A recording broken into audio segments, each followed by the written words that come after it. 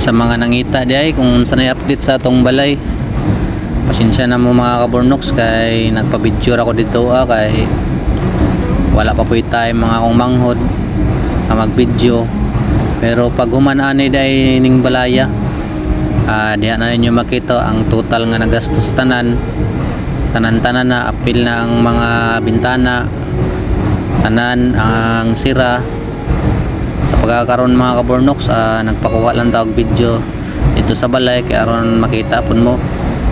Nakapalit na day tawag sira, bali 5 ni kasira mga kaburnoks, 3 ka kwarto nya, main door o kusina. Silakan pa day na ang atong portahan nang wala lang tanagdahom ba nga ang katong sauna na mo agi pangandoy nila mama nga makabalay karon na ana dili lang gyud mawad ano paglaom sa Ginoo. Kayang gingon lang gyud ni mama sauna, bahala gingani ratong balay basta kay kompleto ang atong pamilya. Pero naabot yun ang time nga basta sige lang tagampo, lihok, mabaslan lang yun ang atong mga pagkugi. Mauday niya atong sala mga kaburnoks, baligi pa dekorasyonan po na ko og square. Mao na ang design nya, pintalan pa po na ang sulod ana kana mao na ang atong kuan sira, style sa atong sira. Mao po niya ang atong kusina mga kaburnoks, simple lang, wala pa siya nahuman.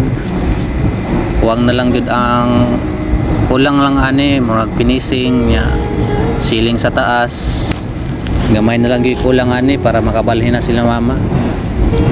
Bisan tuod simple lang nga balay, malipayon gyapon mi nga naabot ra gyud ang time nga kana bitong wala jud ka nag-expect nga makabalay kag ingani dala sa pagpaningkamot namo pagampo. Ana mao na ang atong sala mga kaburnoks, grabe.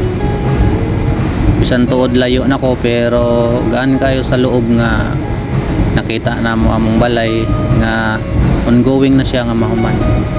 Nin ang kwarto pod, kulang na lang siya double walling, murag duha na lang ka kwarto ang wala na double wallingan ani nya.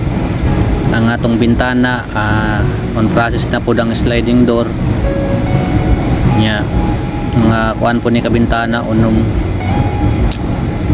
Di lang tamawad ang paglao mga kaburnoks nya, kana diha banda si arpo na nato. Sagdi lang mga kaburnoks kay kung mahumani makita na ninyo tanan sa vlog sa akong manghod nga si Batang Pasaway. Sa pagkakaroon busy pa pud siya, nangita og mga taong angay tabangan kay usually mga kaburnoks grabe sa amo agyud sa una. Ingana gyud mi kana bitong malipay na mi nga makakaon pagpanihapon kay nang kompleto mi bisan gamay ra to na makaon pero kompleto ang among pamilya mo managsuon. So diri lang siguro tama ng atong update sa atong balay mga kaburnoks to. Pasensya na jud kayo kay dili na ako makwalan og video kay nanapog ko diri nagtrabaho sa lain lugar. Once again daghan kayong salamat sa inyong sulit na suporta. Grabe ang inyong mga comment, mga kuan og kasing-kasing ba. Amping lang mo kanunay mga kaburnoks, ilabi na sa mga OFW, sa mga nag-share sa atong video. Amping mo kanunay mga kaburnoks, God bless. Alas 5 na dahil diriya niya, mapay pag-out na to. So amping kanunay mga kaburnoks, more blessing sa atong isig pamilya. God bless.